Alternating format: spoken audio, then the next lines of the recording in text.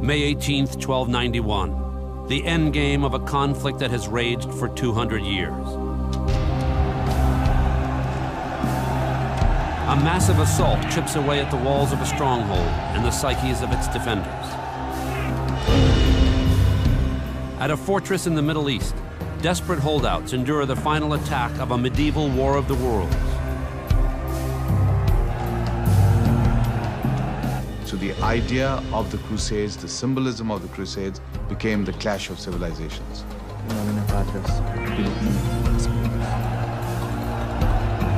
At a place called Acre, a dream of holy conquest is shattered forever.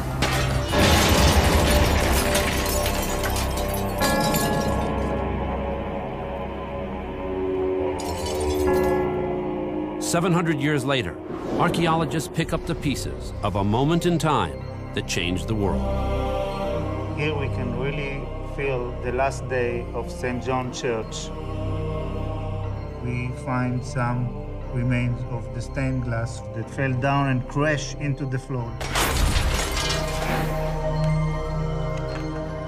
The fall of Acre in 1291 was a key event because it marked the end, effectively, the end of the story of the Crusades in the Holy Land. At last, from beneath the Holy Land, new evidence reveals how warriors on both sides of the Crusades really lived, fought, and died.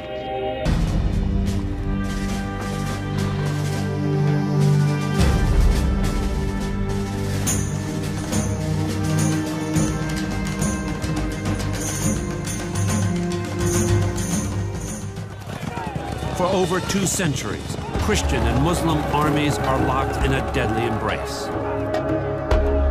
From 1096 to 1291 AD, the lands of today's Mideast change hands in a series of 8 crusades. Before the sides part, tens of thousands die in a glut of battles and massacres. In the late 11th century, Muslim sultans rule most of North Africa, Spain, and the eastern shores of the Mediterranean. The Christian world is split in 2. In Europe, a collection of small states and kingdoms. To the east, the Byzantine Empire is controlled from its capital in Constantinople. The Crusades give us a model, they give us a template of the clash of religions and the clash of civilizations and the clash of continents. In the Mideast, Acre is a lively Muslim city in what is today the north coast of Israel. There's no denying that it was a major port and a major commercial center. Both commercial and military, those are the 2 points. You can't just look at it in a military sense. Acre is also the gateway to the Western world's most sacred piece of real estate. It is called the Holy Land. Its holy core, Jerusalem, a city sacred to Muslims, Christians, and Jews. For some, the dark history of the Crusades evokes the violence that plagues the Mideast today. Many Muslims, particularly in the Middle East, see the creation and the manner of the creation of Israel as an extension of the Crusades themselves. That is, the arrival and the presence of Westerners. 1,000 years ago, a war between 2 worlds transformed this center of faith into an unholy battlefield. Today, archaeologists probe the moment in time where a cycle of intolerance and violence began. Some explore elements crucial to moving great armies across continents. The horses are the most important logistic animal of the Middle Ages. But we don't know anything about the Crusader horse, about heights, about breeds, about species, about anything. Would you say it was about? I'd say it was about £3 there. In England, the role of military technology is evaluated through innovative research. The idea that the Western Europeans came in with some kind of superior military technology, and that's why the First Crusade was able to win, I think is complete baloney. And how much baloney have we been fed on the leaders of the Crusades? Historians piece together the personality clash between Richard the Lionheart and the Muslim hero Saladin. Saladin is a magnificent figure because of the generosity of his character and the generosity of his spirit. Richard arrives as a brawling, drunken football hooligan, and by the end of his tour to the Middle East, he's a changed man. What forces drove these men? What motives sparked and fueled 2 centuries of war? Flashback to the year 1095. The Christian world hits rough times. Islamic armies overrun the eastern end of the Byzantine Empire. Meanwhile, in Europe, power struggles between rival knights wreak havoc on the region. Filling the power vacuum is the Church, now more centralized and politically influential. Its leader, Pope Urban II, seizes a moment in time that rocks the world. Here was this Pope Urban II who looked across Europe and saw all this bloodshed going on between these knights, and they had all this warrior energy, and they were just fighting one another all the time. And in a kind of inspiration, he declared that he should harness all of this energy towards a noble quest.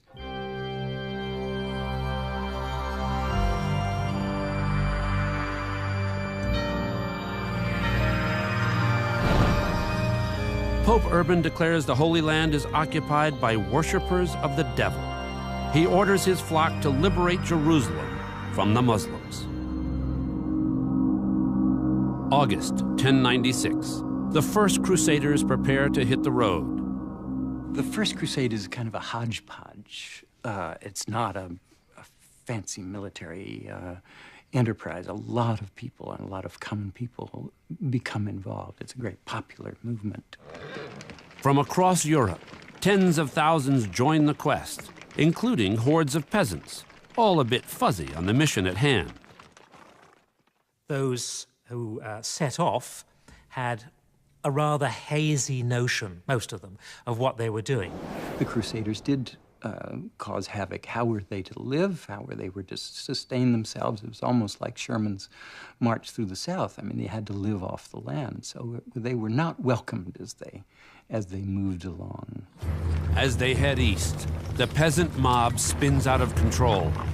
Along the Rhineland, thousands of Jews are massacred, and 4,000 Hungarians are murdered in one town alone. Before they leave Eastern Europe, most of the peasants die of disease or turn back. When news of the Christian hordes breaks in Jerusalem, the Muslims are underwhelmed. The great majority of people in the Islamic world, they simply regarded Western Europeans as a load of ignorant thugs, as useless for anything, really. So much so that they had virtually no interest in them. Christian military forces depart Europe in 1096. After a 3-year march, they push into the Holy Land. May 1099. The first elements of the Crusader armies reach the gates of Jerusalem. Inside the city walls, the Muslim defenders consider their options. The Muslims are inside preparing for war. They're looking out, they're seeing all of these foreign troops are coming in to conquer their city. So what do? They boil oil, they sharpen their spears, they count their weapons. But in this war of the worlds, which side has the edge?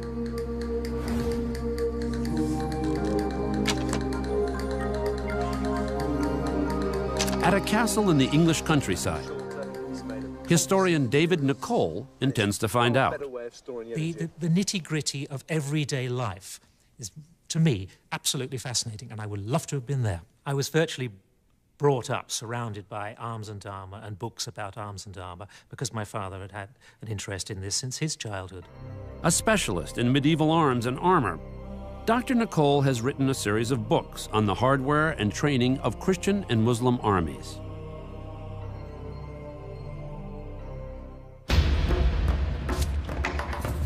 Using reconstructed arms, Nicole and his team attempt to confirm accounts of Muslim fighting styles. Weapons expert Stephen Rafes suits up in traditional garb to keep the simulations as accurate as possible. There are certain military exercises which we know of from the Islamic world. The most famous is training a man to charge with his sword, cutting at a sequence of reeds, reducing the target until he's got down almost to ground level. Now, that takes incredible skill, not only in the use of the weapon, but in riding skills.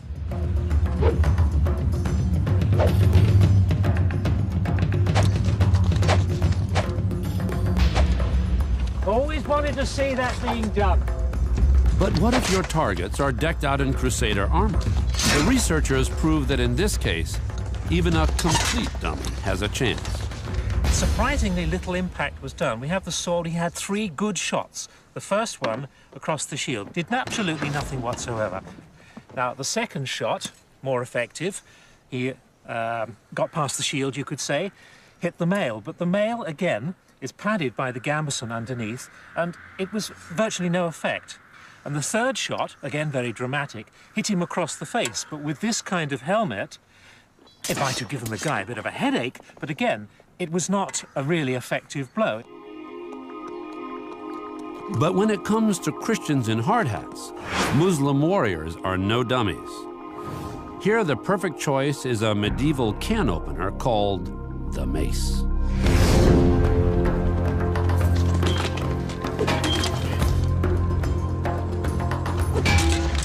That was very, very much more effective. We had 3 good blows there. The first one, as you can see, clearly smashed through this mail entirely. And then we come to the blows on the helmet. Now, that is a big surprise to me. I really didn't expect it to be that effective. It looks like a bullet hole.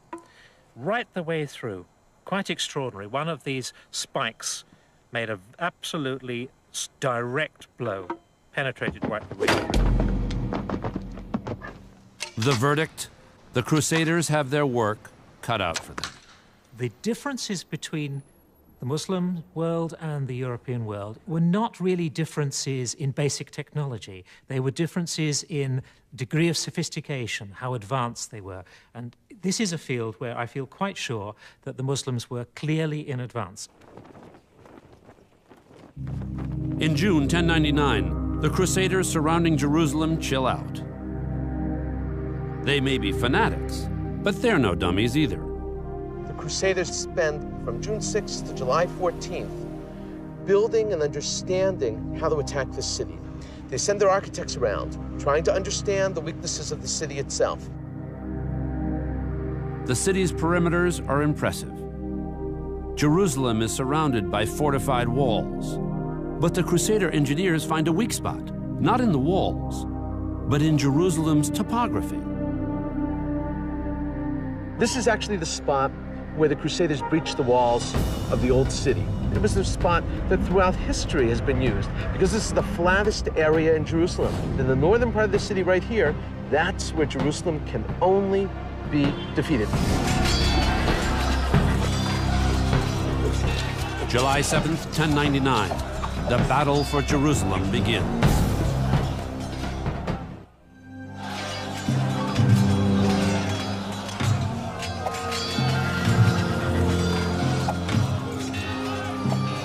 Jerusalem falls to the Crusaders on the 8th day of the campaign. The Jewish and Muslim defenders of Jerusalem are overwhelmed by Christian fanatics. The Crusaders turn their siege into a massacre. One Crusader sums up the moment. If you had been there, you would have seen our feet colored to our ankles with the blood of the slain.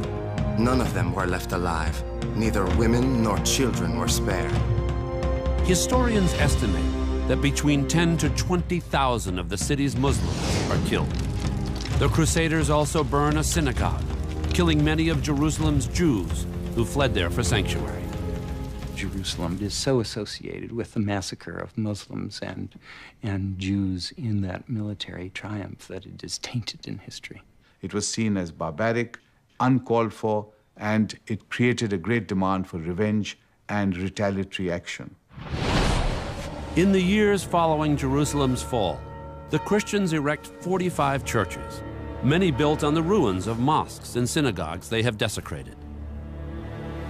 But while the Crusaders build churches to save their souls, they also build fortresses to save their necks.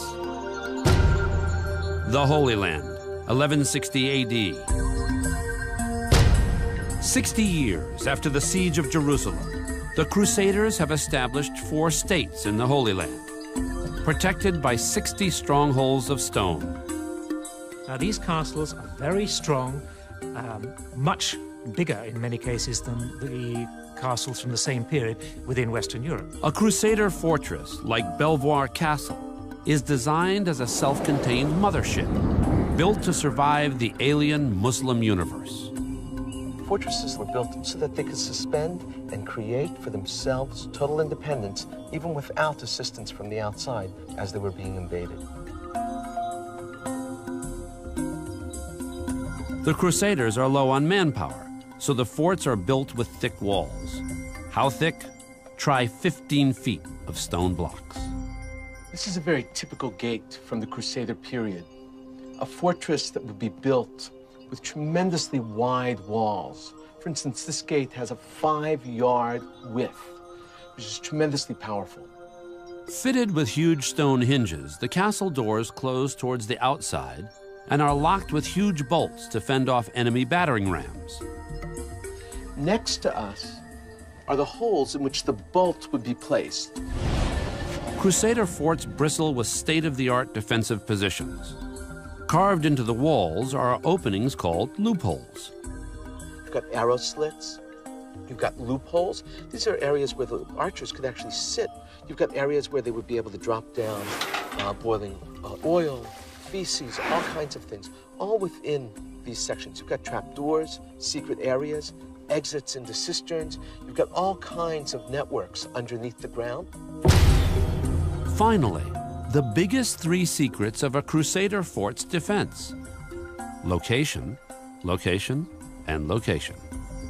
What they did is they put them very high up in the air so that they could see in all directions. This one, Belvoir, is 600 yards above the ground. So you've got a tremendous view. You can literally see 50 miles from one side to the other. As far up as the Golan Heights, you could see all the way on the other side of us, well into Jordan. Despite their lofty vantage point, the Crusaders are blind to the threat that looms on the horizon. After Jerusalem falls to the Crusaders in 1099, a new leader unites the Muslim world 80 years later. His name, Saladin. While Crusaders barely control the Holy Land, Saladin unifies what today are the nations of Egypt, Israel, Lebanon, Jordan, Syria, and northern Iraq. There is no modern political leader you can compare to Saladin. A 41-year-old sultan from what is now Iraq, Saladin is a piece of work. Here you have a man who was a convinced, pious Muslim, but he was also a realistic ruler. He was not a naive innocent. He was not a saint. By and large, there's no denying that Saladin he's a hero. Saladin's secretary describes his leader. Whenever the Sultan shook hands with someone, he would not let go his hand until that person had taken the initiative to do so. He was a paragon of chivalry, generous, extremely modest, and had a welcoming face. But how comfortable was Saladin on the battlefield? Was he merciful or ruthless? He was not a saint, or indeed he could show considerable ruthlessness. Crusaders are hard at work, building a castle at a strategic site called Vadim Yaakov. Saladin attacks before the Europeans can finish the job. You know that Saladin broke into the castle, and there were about 1,500 men there. Israeli archaeologist Dr. Ronnie Ellenblum has excavated this site for the past 10 years. As they uncovered the cistern at the fort, Ellenblum and his team made a grisly find. A heap of human bones confirms that hundreds of Crusaders were slaughtered. This is a bone of a knight or soldier who protected the castle of Vadim Yaakov. He got 3 blows. This one, which did not cut all his shoulder because he was protected by a chain armor. Another blow amputated his hand, and the third one cut his jaw. Each blow is enough to kill a person. People are in a blood frenzy, killing and cutting again and again. People are already finished. He killed about 700 or 800 people. From the evidence, Dr. Ellenblum has concluded that Vadim Yaakov was more than a battle. I think it's the first time we succeeded to find the remains of a massacre.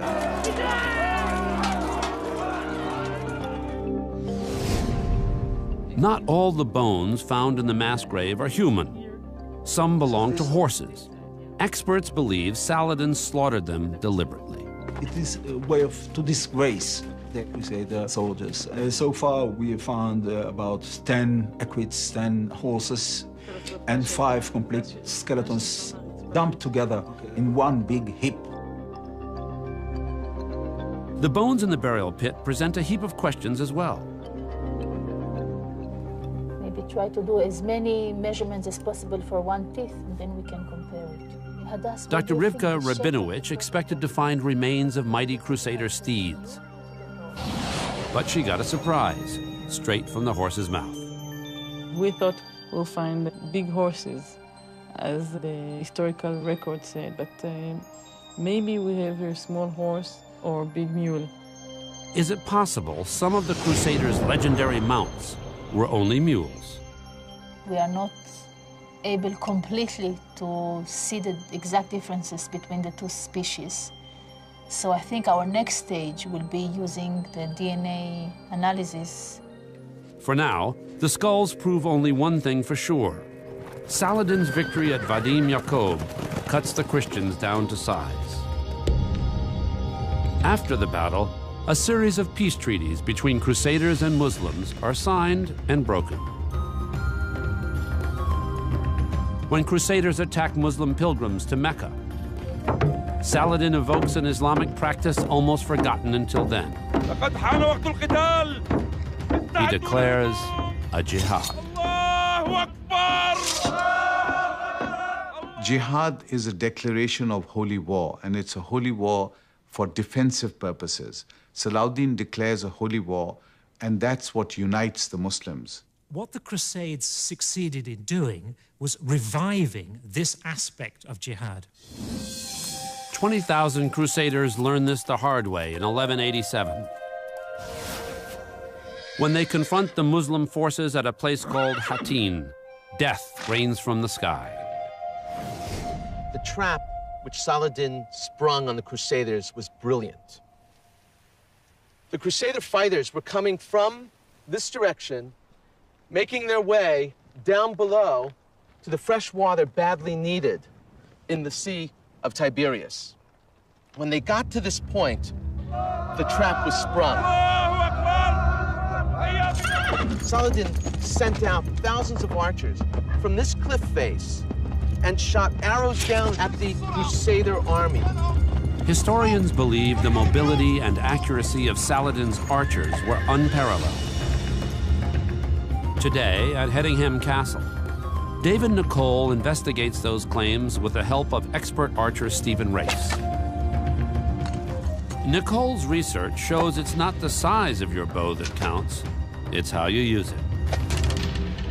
There are certain military exercises using the bow on horseback at different targets: long range, short range, standing still, moving horse, shooting at a target which is ahead of you, a target which is behind you. The Crusaders used 3 fingers to shoot their arrows. The Muslims launched them with 1 thumb only. The string is drawn back, and I'll do a dry loose here.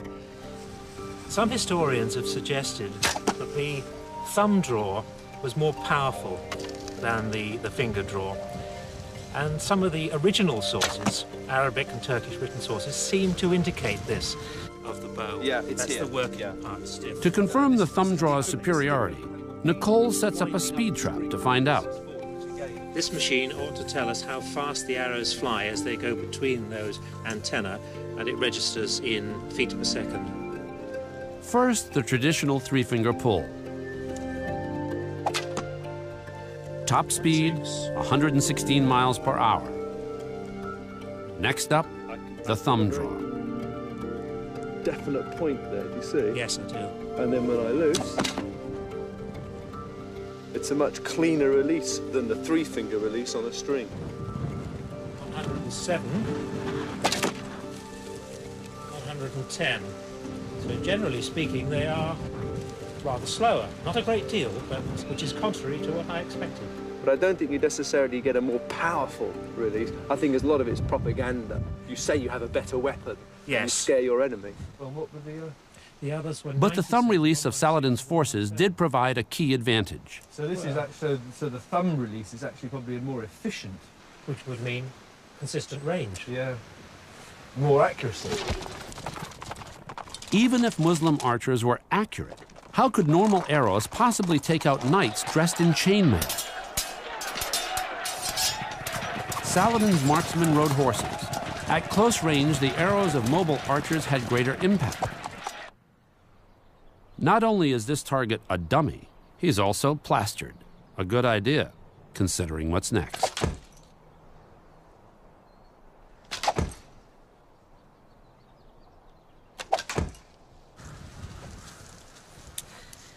Now this is very interesting.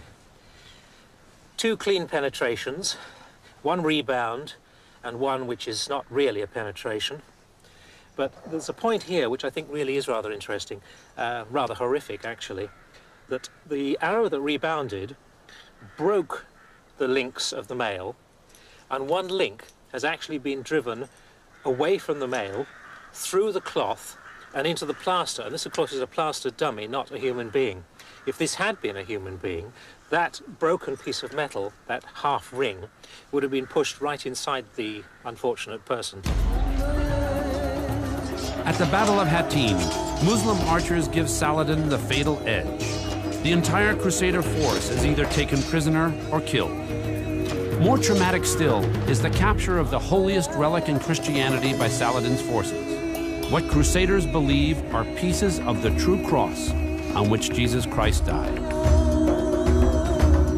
When there would be a great military battle, the Crusaders stupidly would take out this great relic, thinking that they would have divine providence.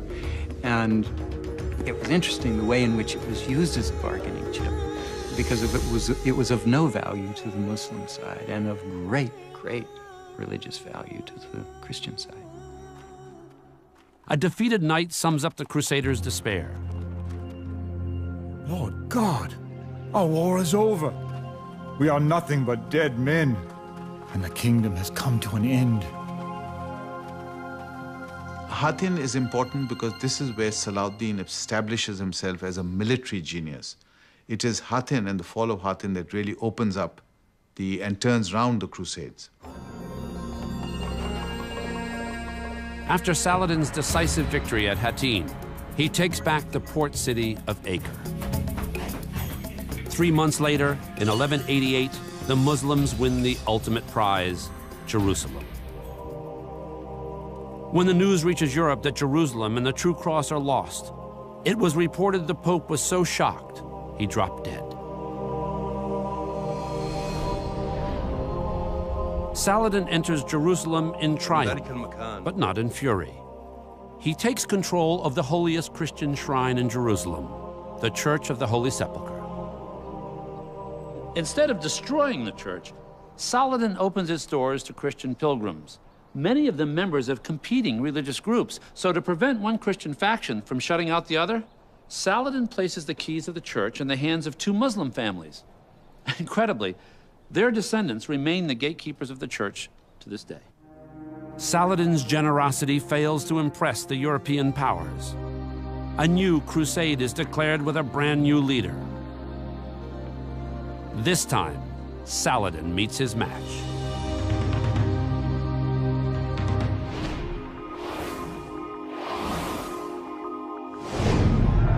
June 7th, 1191. A 34-year-old English king sets foot in the Holy Land at the port city of Acre. Richard the Lionheart was a war lover. He was the greatest warrior of his time, a great athlete. Richard the Lionheart, the brave English king turned crusader, right? Not exactly. Sure, the guy's a king of England, but he's only spent 6 months of his entire life there. And guess what? He only speaks French, not English. But then, as now, money is the universal language. In a new twist on siege tactics, Richard promises his men gold for each stone they can remove from the walls of Acre nearby. It's worth every penny. Winning Acre will give Richard a beachhead in the Holy Land. But to retake the port, he'll have to breach defenses the Crusaders built when they ruled the city. June 11th, 1191. Pulling Acre apart brick by brick could take a while. To conquer the fort, Richard's army needs a shortcut. Their solution? Portable attack platforms called siege towers. Rolled up to the enemy wall, Richard's men climb stairways to the top of Acre's walls. Saladin's secretary describes the psychological impact. It overtopped the city wall. The city garrison were greatly fearful of it and were tempted to ask for terms.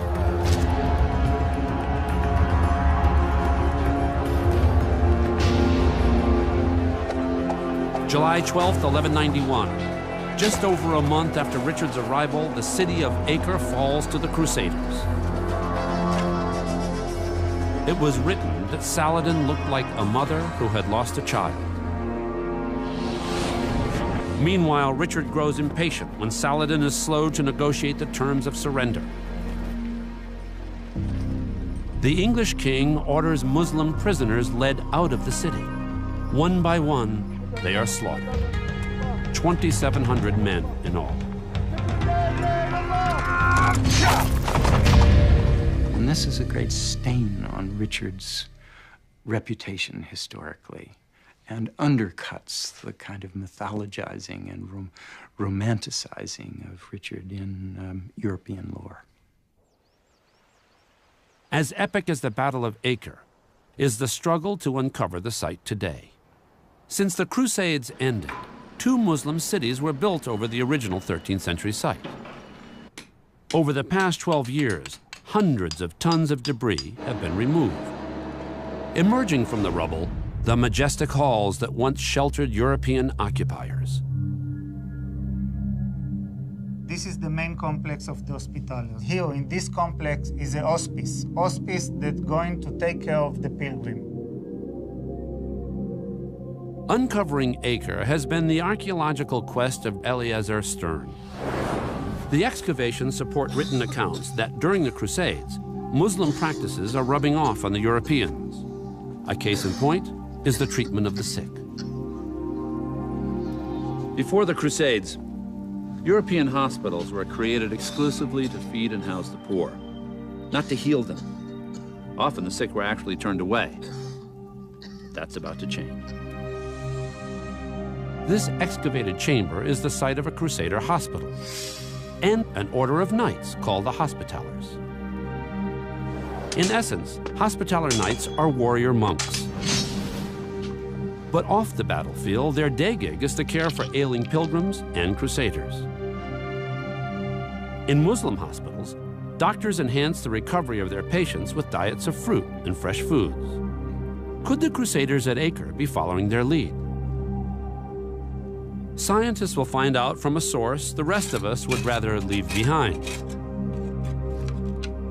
No matter how pious, how civilized, or how cunning we are, pit stops are a timeless and universal reality. Ancient latrines from the Crusader hospital are discovered at Acre.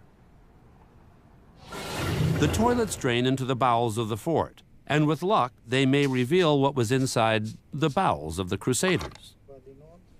Samples of Crusader night soil are shipped to a specialist in England. At Charing Cross Hospital in London, what is crap to the Crusaders is pay dirt for Dr. Piers Mitchell. So we set up a project where we could look at what people were eating, which gives us the ability to look for evidence of medical treatments.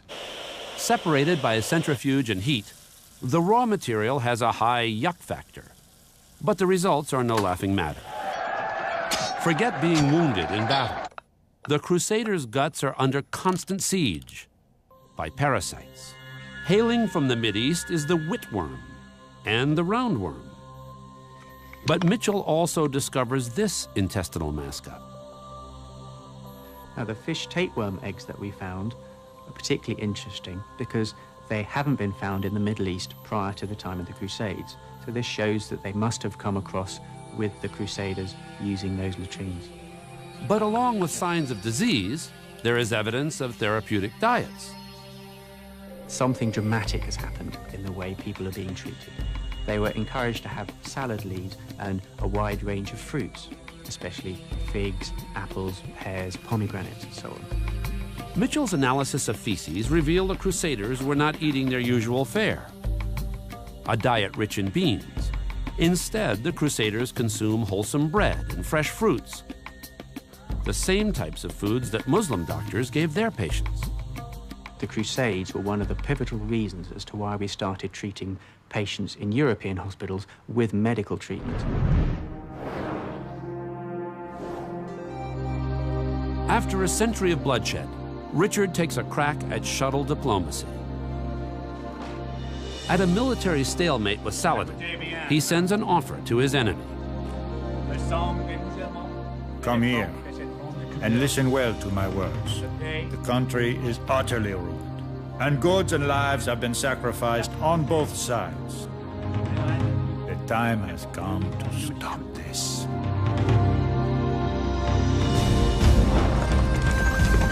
Richard express mails a wish list to Saladin. At the top is Jerusalem and the true cross. Saladin's reply is swift and sharp. The city is as holy to us as it is to you. It is therefore out of the question for us to abandon it. As for the cross, it is a great trump in our hands, and we will surrender it only in return for some important concession. According to legend, the only concession Richard has to offer is his own flesh and blood. I propose that my sister, Queen Joanna, marry Melek el Adel, Saladin's brother. Once married, the couple would become the joint rulers of the new kingdom of Jerusalem, with their royal seat in Jerusalem. Richard may be king, but his sister is nobody's pawn. The deal is off. But here's the good news. Both sides are talking instead of killing.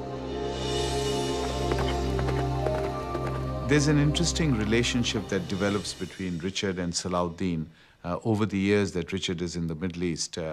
Correspondence, exchanges of gifts, exchange of fruit, even exchanges of doctors when Richard falls ill.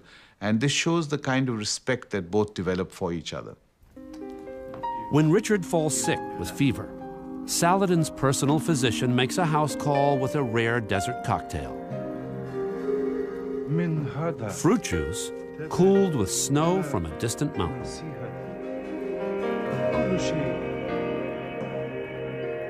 From history's two most unlikely pen pals springs the hope for peace.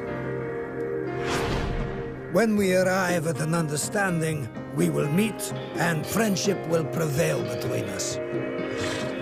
Richard and Saladin never do meet in person. Yet on September 2nd, 1192, these two great warriors make peace.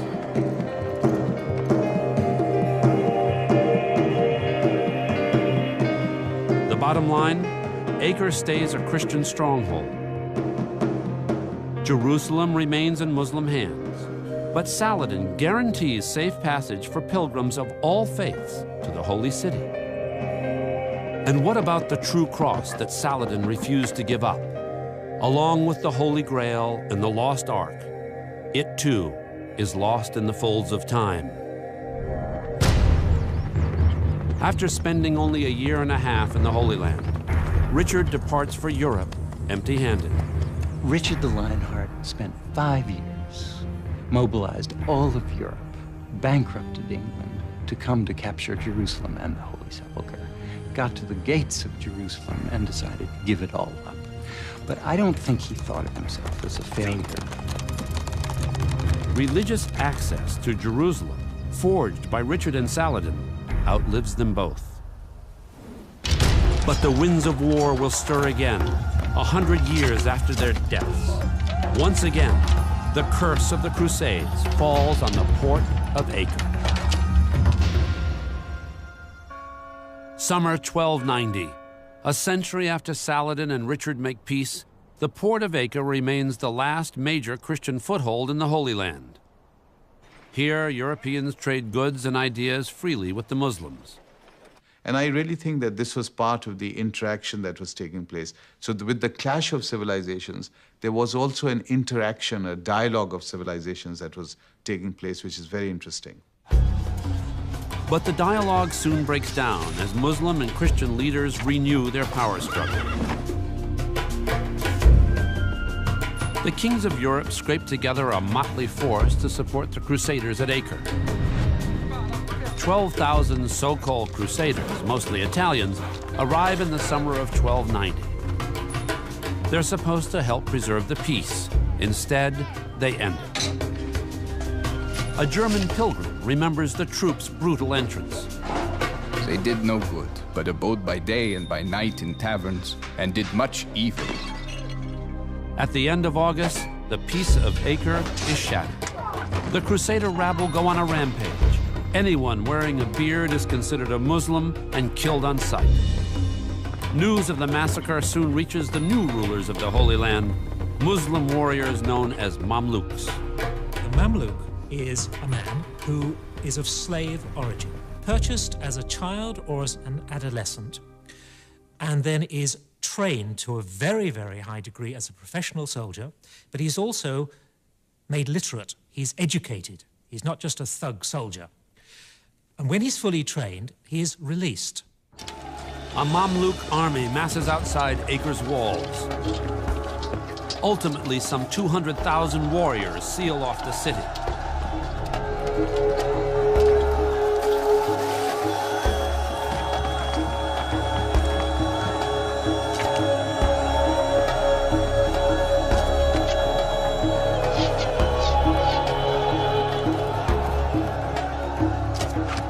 The Mamluk strategy is described in this account.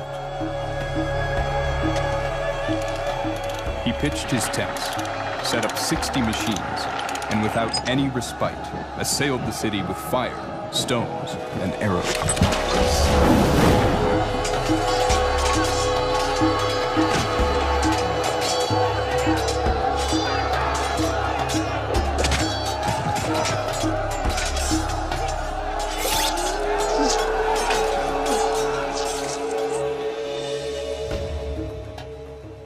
Today, Acre's streets hold evidence of that final and deadly assault.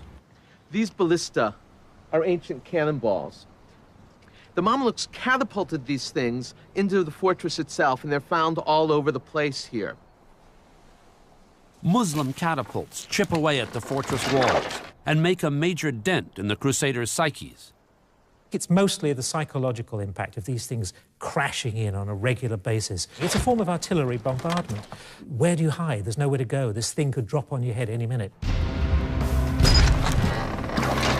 Some Hospitaller Knights take refuge in a chapel of Acre's St. John's Church. But the only answer to their prayers is a hardball message from the enemy.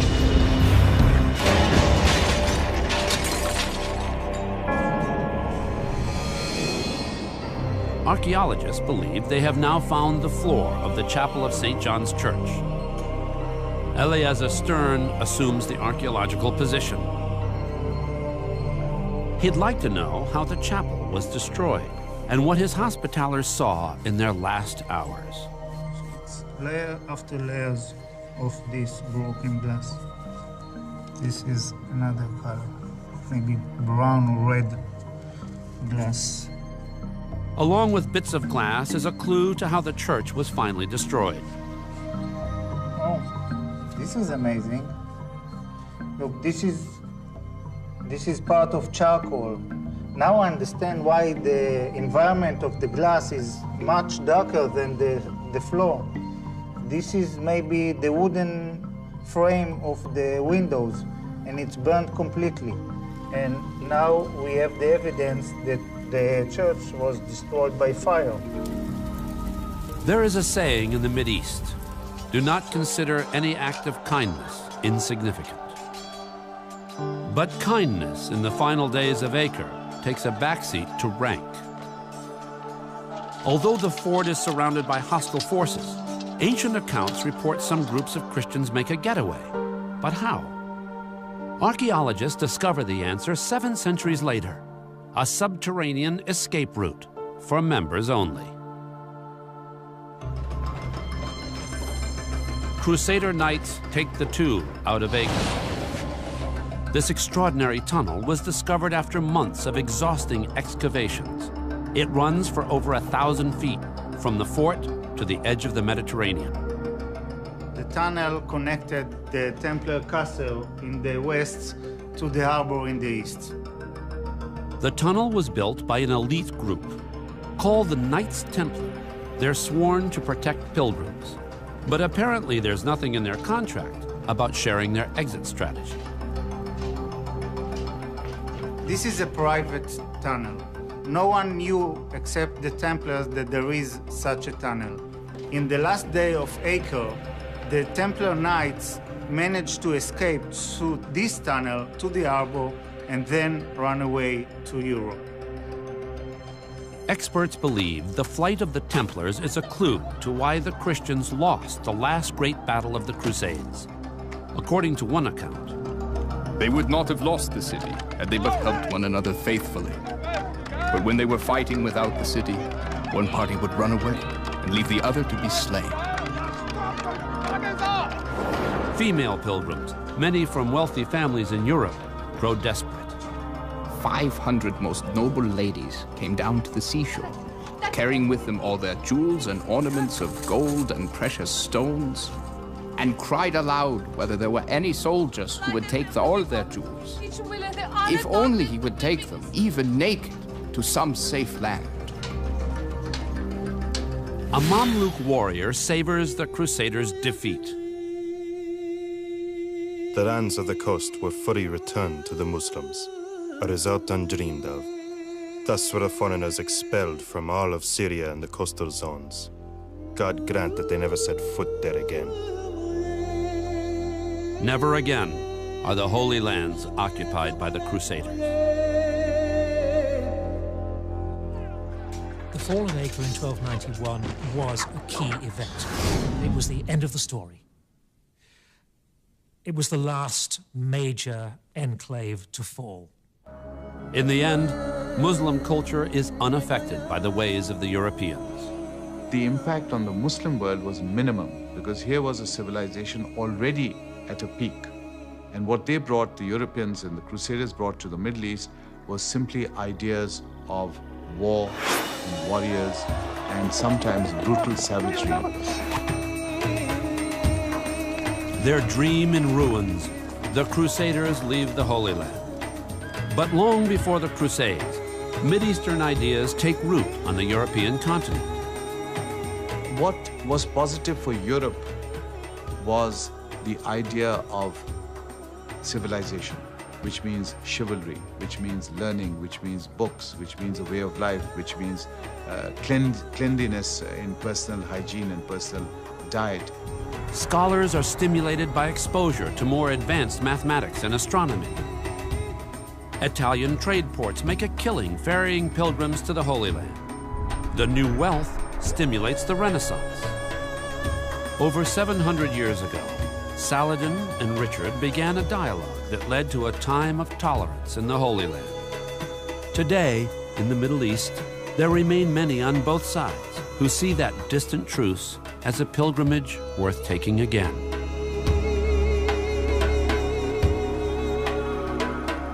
In the same streets where Muslim and Jew were cut down by Crusaders, they now hope for peace and an end at last to an unholy war.